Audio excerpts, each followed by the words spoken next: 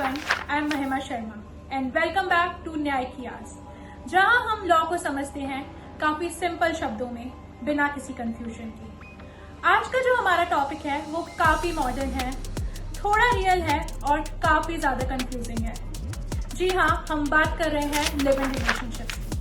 तो क्या इंडिया में लिव इन रिलेशनशिप्स लीगल हैं?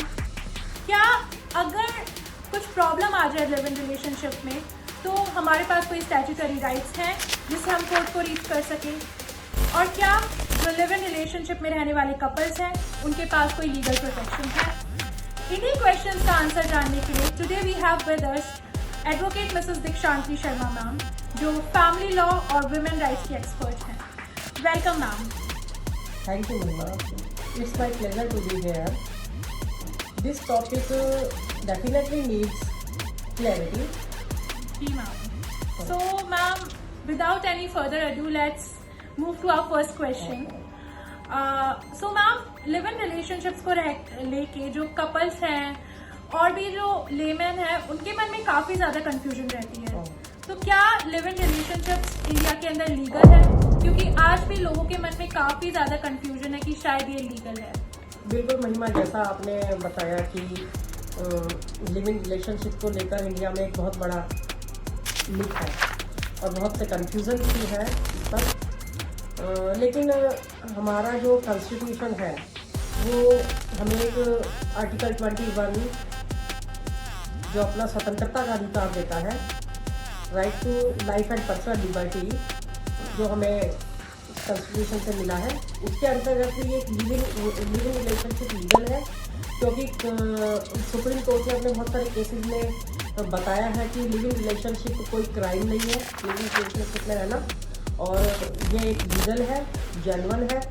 और एक 2010 का एक जजमेंट आया था कृष्णा वर्सेस कानियावाल के केस में सुप्रीम कोर्ट ने बिल्कुल क्लियरली बताया था कि दो एडल्ट पर्सन अगर अपनी मर्जी से, अपनी कंसेंट के आधार पर अगर एक साथ रहते हैं तो वो कोई अपराध नहीं है, कोई ऑफेंस की कैटेगरी में नहीं आता है, वो लीगल है।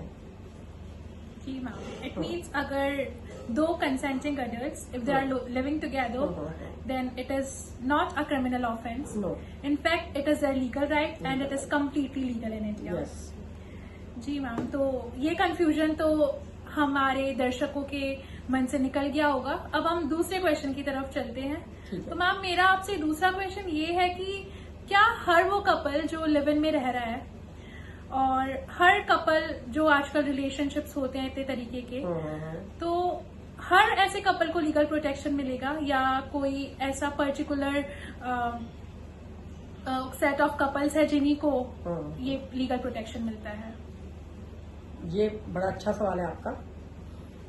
देखिए, हर कपल को तो लीगल रिलेशनशिप का टैग नहीं मिलता है, क्योंकि ये कोई ऐसा नहीं है कि भाई बस केवल एक 2-3 दिन की कोई यारी दोस्ती है उसको ये लिव इन रिलेशनशिप का लीगल राइट मिल जाए।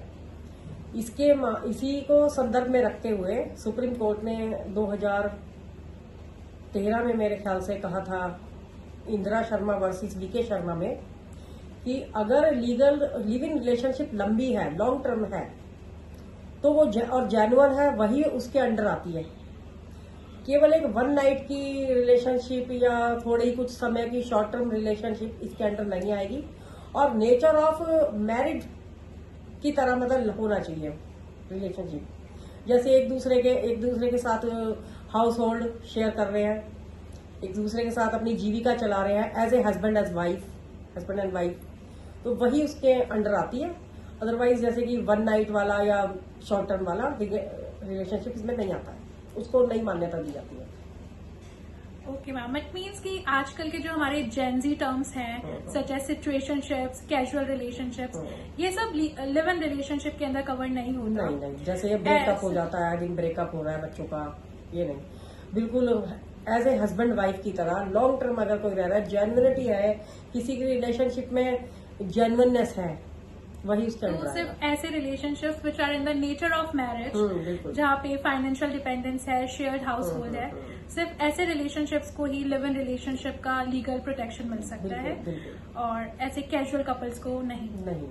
ठीक है मैम, तो हम चलते हैं अपने नेक्स्ट क्वेश्चन की तरफ। बताइए। तो मैम, नेक्स्ट जो कंफ्यूजन रहती है आजकल जो कपल्स है उनके बीच में, वो ये है कि अगर लिव इन रिलेशनशिप में कोई वुमेन है और उसका जो पार्टनर है उसे अब्यूज कर रहा है, टॉर्चर कर रहा है, या फिर किसी भी तरह से नेग्लेक्ट कर रहा है, तो क्या उस केस में एक मैरिड वुमेन की तरह उसके पास कोई लीगल राइट है?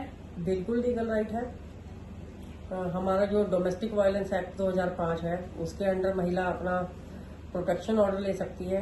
कोई मेंटल हरेसमेंट हो रहा है, उसके साथ एब्यूजिव लैंग्वेज का यूज हो रहा है, या घर में कोई टॉर्चर हो रहा है, वो जो 2005 का जो डीवी एक्ट है उसके अंडर अपनी आवाज उठा सकती है, कानून में उसका सहारा ले सकती है, और अपने लिए प्रोटेक्शन ऑर्डर, रेजिडेंस ऑर्डर और मेंटेनेंस वगैरह सब क्लेम कर सकती है।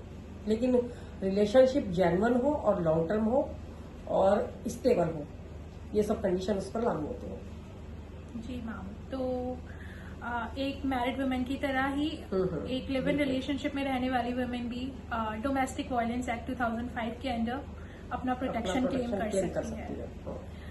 और अगर मैम ऐसे कपल के बीच में ब्रेकअप हो जाए या पार्टनर छोड़ दे लड़की को जो लिव इन रिलेशनशिप में है, उस केस में क्या कोई प्रोटेक्शन या राइट है? जी हाँ, उस केस में भी प्रोटेक्शन है। जैसे एक मैरिड वुमेन को राइट होता है अपना मेंटेनेंस क्लेम करने का, इसी तरीके से जब मैंने पहले भी बताया और अब भी बता रही हूँ कि रिलेशनशिप अगर लॉन्ग टर्म की है, जेन्युइन है, स्टेबल है, तभी वो अपना मेंटेनेंस क्लेम कर सकती है और अपनी आवाज कोर्ट तक ले जाकर अपने हक में मेंटेनेंस का ऑर्डर, रेजिडेंस का ऑर्डर और रहने की सुविधा ले सकती है। सो मैम, एक और क्वेश्चन आ रहा है मेरे दिमाग में कि अगर लिव इन रिलेशनशिप में रहने वाले कपल्स का कोई बच्चा हो, तो ऐसे बच्चे को क्या कोई लीगल प्रोटेक्शन, लीगल राइट्स मिलते हैं? बिल्कुल मिलता है प्रोटेक्शन। अगर कोई कपल लिविंग रिलेशनशिप में रह रहे हैं और उस दौरान उनको कोई बच्चा हो गया है, तो वो लेजिटिमेट चाइल्ड कहलाता है। और जिस तरीके से मैरिड कपल के बच्चों को कानूनी अधिकार होता है उनके माता पिता की संपत्ति में, इनहेरेंट राइट होता है, वैसे ही अधिकार लिविंग रिलेशनशिप के बच्चों को होता है। उनको पूरा पूरा अधिकार होता है अपने माता पिता की संपत्ति में, जैसे मैरिड कपल का होता है। दिस मीन्स मैम कि लिव इन रिलेशनशिप्स के अंदर हुए किसी भी बच्चे को एकदम लेजिटिमेट बच्चा ही माना जाता है, and no one has a right to call them illegitimate. Okay, हाँ, यस, बिल्कुल। Okay ma'am, so my last question to you is कि अगर लिव इन रिलेशनशिप में रहने वाले कपल्स जो हैं, समाज, सोसाइटी तो आज भी उन्हें शायद एक्सेप्ट नहीं करती, कहीं ना कहीं सोसाइटी की नजरों में उन्हें बुरी नजरों से ही देखा जाता है, तो क्या कोई प्रॉब्लम्स हो सकती है उन्हें, क्योंकि सोसाइटल एक्सेप्टेंस तो नहीं मिलता है? बिल्कुल, इससे कोई फर्क नहीं पड़ता कि सोसाइटी क्या कहती है। जब कॉन्स्टिट्यूशन और सुप्रीम कोर्ट का बिल्कुल लीगल स्टैंड है कि जो बच्चे लिव इन रिलेशनशिप के अंडर पैदा होते हैं, उससे कोई फर्क नहीं पड़ता कि सोसाइटी का क्या कहना है, क्योंकि कानून उसके हक में है। हमारा कॉन्स्टिट्यूशन, हमारा सुप्रीम कोर्ट उसके लिए पहले से ही स्टैंड है। जी मैम, इसका मतलब no matter what the society says, जो लिव इन रिलेशनशिप में रहने वाले कपल्स हैं उनका साथ रहना भी लीगल है, और उनसे जो बच्चे होते हैं वो भी लेजिटिमेट होते हैं, और उनके पास प्रॉपर इनहेरिटेंस राइट्स भी होते हैं in the property of both their father and mother. जी मैम, तो इसी के साथ हम आज के डिस्कशन को यहीं पे विराम देंगे, and thank you so much ma'am for coming here and enlightening us with your thoughts. और जैसा कि हमने जाना कि लिव इन रिलेशनशिप इलीगल नहीं है, वो कम्प्लीटली लीगल है, provided that it is between two consenting adults, और वो relationship should be in the nature of marriage.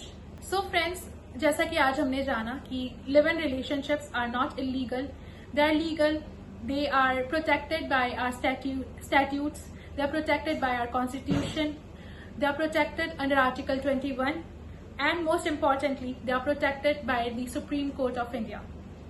इसी के साथ हम आज के डिस्कशन को यहीं खत्म करते हैं। अगर आपको हमारी वीडियो अच्छी लगी हो तो उसे लाइक जरूर करें, कमेंट्स में अपने थॉट्स जरूर बताएं और हमारे चैनल को सब्सक्राइब करें, क्योंकि हम दोबारा आएंगे एक ऐसे ही लीगल प्रॉब्लम को लेके उसके सॉल्यूशन के साथ। Till then, stay aware, stay awake. Thank you.